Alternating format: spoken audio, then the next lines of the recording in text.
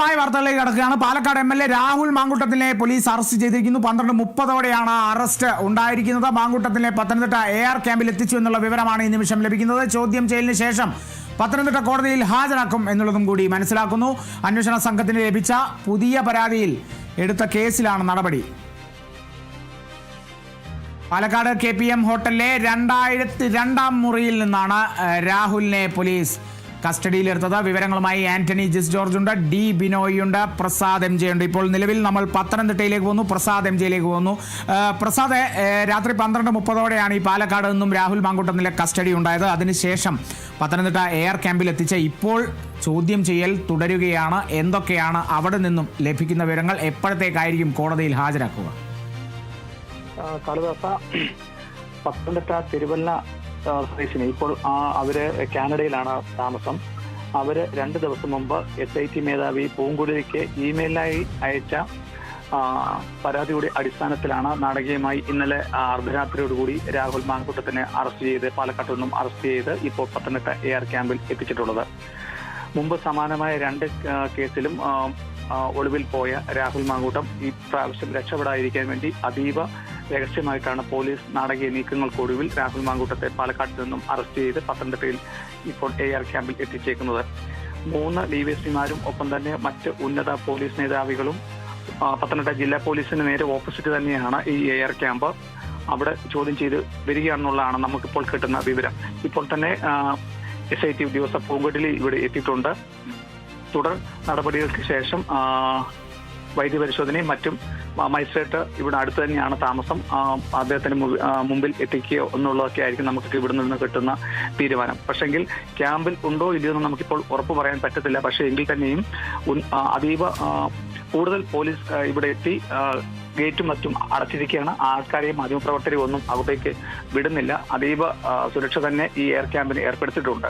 മുമ്പ് സമാനമായ 2 കേസിലും രാഹുൽ മാങ്കൂട്ടം രക്ഷപ്പെട്ടതിന്റെ അടിസ്ഥാനത്തിൽ പോലീസിന് വൻ നാണക്കേടുണ്ടാക്കിയിരുന്നു. അതിൽ നിന്നുമെല്ലാം പാലിച്ച പറ്റാതെയാണ് ഇപ്പോൾ രാഹുൽ മാങ്കൂട്ടത്തിനെതിരെ ഈ നീക്കം നടത്തിയിട്ടുള്ളത്. പൂങ്കുഴലി ഇപ്പോൾ എത്തിയിട്ടുണ്ട്. തുടർന്ന് ഇനിയും എന്തൊക്കെയായിരിക്കും? ഇപ്പൊ രാഹുൽ മാങ്കൂട്ടം അഭിഭാഷകനെ കാണാനുള്ള ഒരു അവസരം ചോദിച്ചിട്ടുണ്ട്. പക്ഷെങ്കിൽ അതും എങ്ങനെയൊക്കെ ആയിരിക്കും? വൈദ്യപരിശോധനയ്ക്ക് പത്തനംതിട്ട ജനറൽ ആശുപത്രിയിൽ വൈദ്യപരിശോധനയ്ക്ക് എത്തിയ ശേഷം മജിസ്ട്രേറ്റിന് മുമ്പിൽ എത്തിയ ശേഷമായിരിക്കും അറസ്റ്റ് രേഖപ്പെടുത്തി മറ്റു തീരുമാനങ്ങളിലേക്ക് പോകുന്നത്. കാളിദാസ. ശരി പ്രസാദിലേക്ക് അല്പസമയത്തിനുള്ളിൽ തന്നെ എത്താം. എന്തായാലും തിരുവല്ല സ്വദേശിയാണ് ഈ പരാതി നൽകിയത്. പത്തനംതിട്ടയിൽ നിന്നാണ് ഈ പരാതി ഇമെയിൽ വഴി AG പൂങ്കുഴലിക്ക് G പൂങ്കുഴലിക്ക് പോയിരിക്കുന്നത്. G പൂങ്കുഴലി AR ക്യാമ്പിൽ എത്തിയിരിക്കുന്നു. അവിടെയാണ് ചോദ്യം ചെയ്യൽ പുരോഗമിക്കുന്നത് എന്നുള്ളതാണ് നമുക്ക് ലഭിക്കുന്ന അവ്യക്തമായ വിവരങ്ങൾ. എങ്കിലും പൂർണ്ണമായും അന്വേഷണ സംഘത്തിന്റെ നീക്കം എങ്ങനെയാണെന്നുള്ളത് നമുക്ക് പ്രവചിക്കാനാവാത്തൊരു സാഹചര്യമാണ്. പ്രസാദ് MJ ഉണ്ട് എന്തായാലും നിലവിൽ പത്തനംതിട്ട. നമ്മൾ പ്രസാദ് MJയിലേക്ക് പെട്ടെന്ന് തന്നെ തിരിച്ചെത്താം. ഇപ്പോൾ ആന്റണി ജിസ് ജോർജ് വിവരങ്ങളുമായി ചേരുന്നത്. ആന്റണി, നമുക്കറിയാം നവംബർ 27 ഈ ആദ്യമായി ഈ കേസ് എടുക്കുന്നത്, അതായത് ആദ്യ ബലാത്സംഗ പരാതി വരുന്നത്. അതിന് തൊട്ടുമുമ്പേ ആ വിശദാംശങ്ങൾ ഒരു അറസ്റ്റ് ഉണ്ടാകുമെന്നുള്ള സൂചന കിട്ടിയ ഉടൻ തന്നെ കണ്ണാടിയിൽ തെരഞ്ഞെടുപ്പ് പ്രചാരണ പരിപാടിയിൽ ഉണ്ടായിരുന്ന രാഹുൽ മാങ്കൂട്ടത്തിൽ മുങ്ങുന്ന സാഹചര്യം കണ്ടു. പിന്നീട് 11-ാം തീയതി വോട്ട് ചെയ്യാനായിട്ടാണ് പിന്നീട് എത്തുന്നത്. പക്ഷേ ഇവിടെ ഒരു പഴുതടച്ച നീക്കമായിരുന്നു. ഒരു സൂചന പോലും രാഹുൽ മാങ്കൂട്ടത്തിന് കിട്ടിയില്ല എന്നുള്ളതാണ്. എങ്ങനെയായിരുന്നു ആ നീക്കം എന്നുള്ളതിൻ്റെ വിശദാംശങ്ങൾ പറയുക. തീർച്ചയായും ഗുരുതരമായ ഒരു പരാതി തന്നെയാണ് രാഹുൽ മാങ്കൂട്ടത്തിനെതിരെ 3ാമത് ലഭിച്ചിരിക്കുന്നത്. നമുക്കറിയാം, 1ാമത്തെ പരാതിയിലും ഈ സമാനമായി തന്നെ നിർബന്ധിത ഗർഭഛിദ്രം നടത്തി, ബലാത്സംഗം ചെയ്തു എന്നീ വിവിധ കാര്യങ്ങൾ ഉണ്ടായിരുന്നു. ഏതായാലും 3ാമത്തെ പരാതിയും അങ്ങനെ തന്നെ ഉള്ളതാണ്. അതിനപ്പുറത്തേക്കുള്ളൊരു പരാതിയാണ് എന്നുള്ളതാണ് പ്രധാനപ്പെട്ട കാര്യമായുള്ളത്. അതായത് ഈ പെൺകുട്ടി അല്ലെങ്കിൽ ഈ പരാതിക്കാരിയായ യുവതി വിദേശത്താണ് താമസിക്കുന്നത്. ഈ ഭർത്താവുമായി ചില പ്രശ്നങ്ങൾ ഈ യുവതിക്ക് ഉണ്ടായിരുന്നു.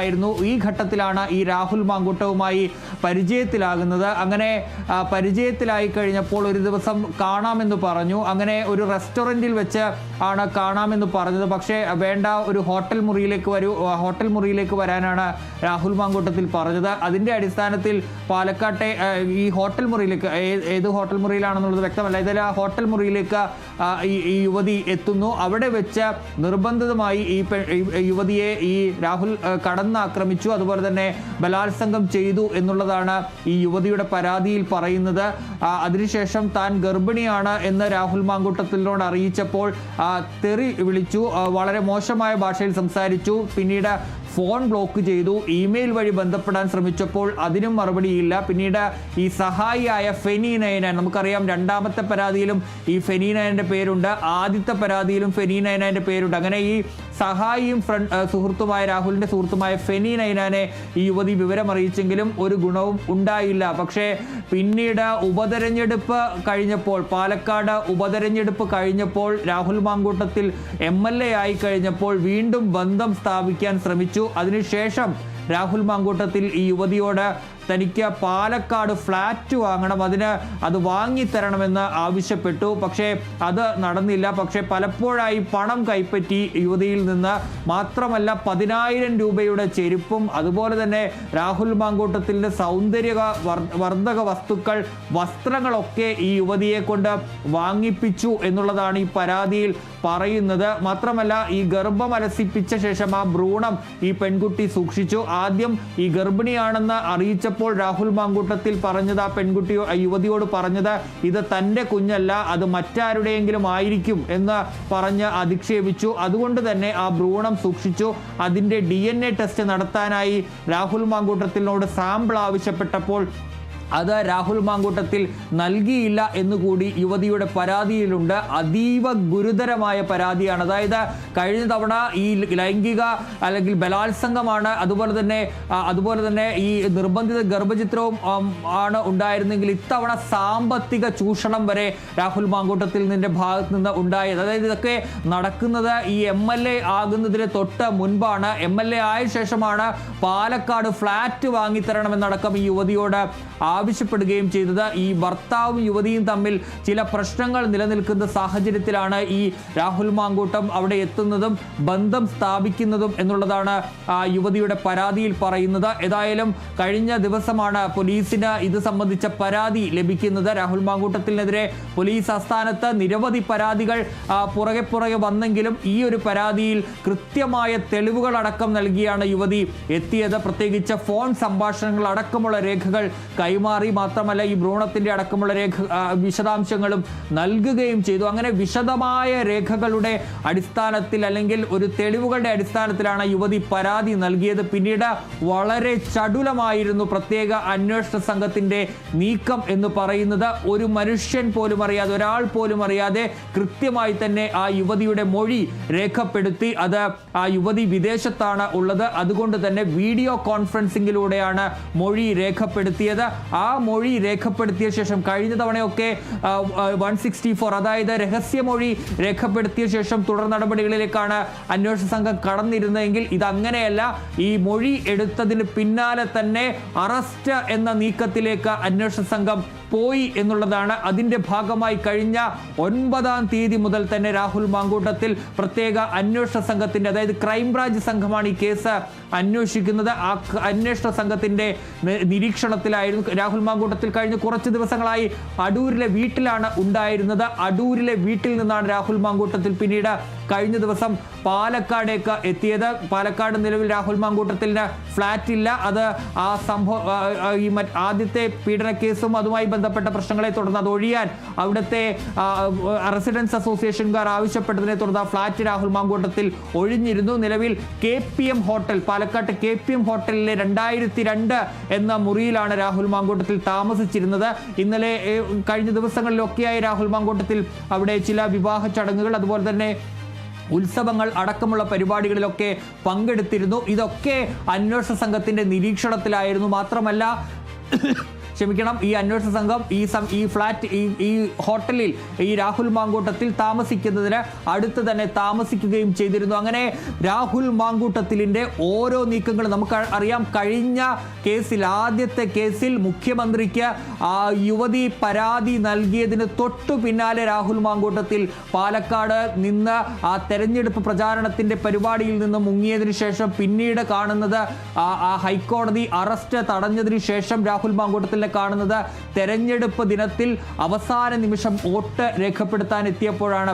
ആ സമയത്തൊന്നും അന്വേഷണ സംഘത്തിന് രാഹുൽ മാങ്കൂട്ടത്തിലെ പിടികൂടാൻ കഴിഞ്ഞില്ല. അതുകൊണ്ട് തന്നെ രാഹുൽ മാങ്കൂട്ടത്തിൽ രക്ഷപ്പെടരുത് എന്നുള്ള കൃത്യമായ ഒരു നിഗമനത്തിൽ അല്ലെങ്കിൽ ഒരു കൃത്യമായ തീരുമാനത്തിന്റെ അടിസ്ഥാനത്തിൽ ഒരു ഈച്ച പോലും അറിയാതെ കൃത്യമായ നീക്കമാണ് അന്വേഷണ സംഘം നടത്തിയത്.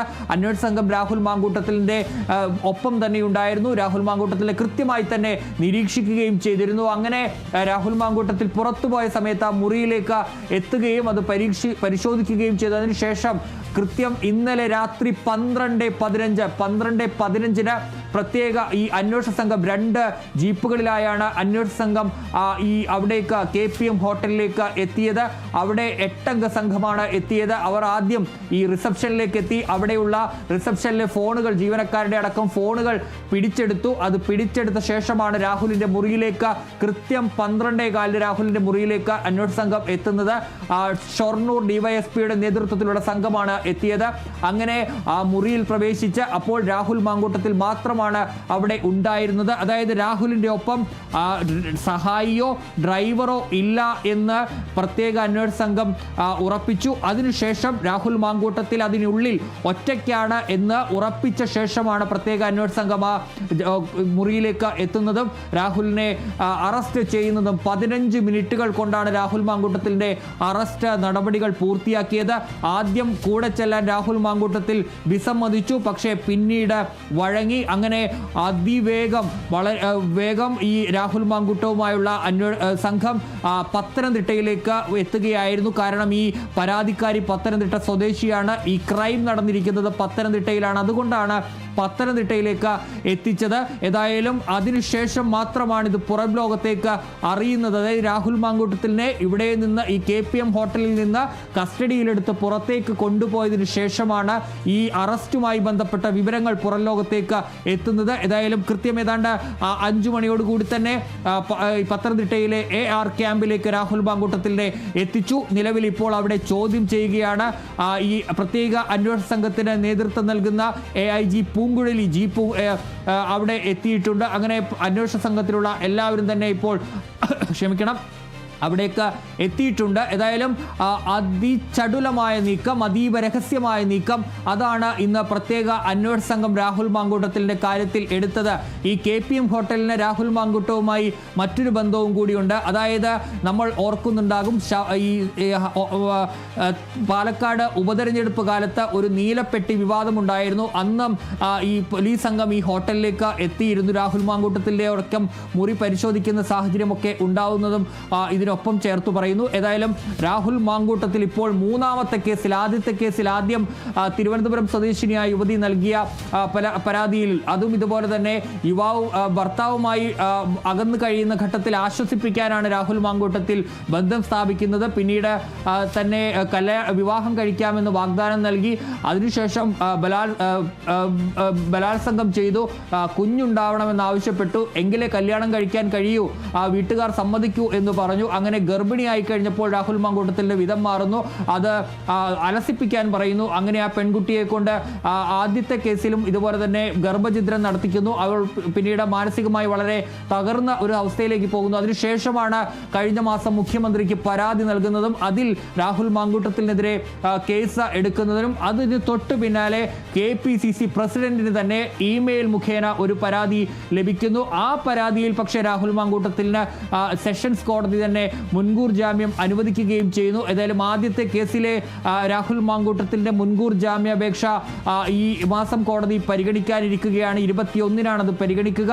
21 വരെ രാഹുൽ മാങ്കൂട്ടത്തിൻ്റെ അറസ്റ്റ് തടയുകയും ചെയ്തിട്ടുണ്ട്. അതിനിടയിലാണ് രാഹുൽ മാങ്കൂട്ടത്തിനെതിരെ ഈ 3ാമത്തെ പരാതി വരുന്നത്. ഏതായാലും അത് ഒരു മനുഷ്യൻ പോലും അറിയാതെ കൃത്യമായ ഒരു നീക്കം, കൃത്യമായ തെളിവുകൾ ശേഖരിച്ച് മൊഴിയെടുത്ത് രാഹുൽ മാങ്കൂട്ടത്തിനെ നിരീക്ഷിച്ച് കൃത്യമായി തന്നെ അറസ്റ്റ് എന്ന നടപടിയിലേക്ക് പോയിരിക്കുന്നു. ഏതായാലും ഇന്ന് രാഹുൽ മാങ്കൂട്ടത്തിനെ ഉടൻ തന്നെ കോടതിയിൽ ഹാജരാക്കും. ഇന്ന് ഞായറാഴ്ചയാണ്. അതുകൊണ്ട് തന്നെ മജിസ്ട്രേറ്റിന്റെ വീട്ടിലായിരിക്കും രാഹുൽ മാങ്കൂട്ടത്തിനെ ഹാജരാക്കുക. അതിനുശേഷം ഒരുപക്ഷെ ഈ കേസ് പ്രത്യേക സംഘത്തിന്റെ പരിധിയിലാണ്. അതുകൊണ്ട് തന്നെ കോടതിയിൽ ഹാജരാക്കിയ ശേഷം പ്രത്യേക അന്വേഷണ സംഘം രാഹുൽ മാങ്കൂട്ടത്തിനെ തിരുവനന്തപുരത്തേക്ക് കൊണ്ടുപോകാനുള്ള സാധ്യതയുമുണ്ട്.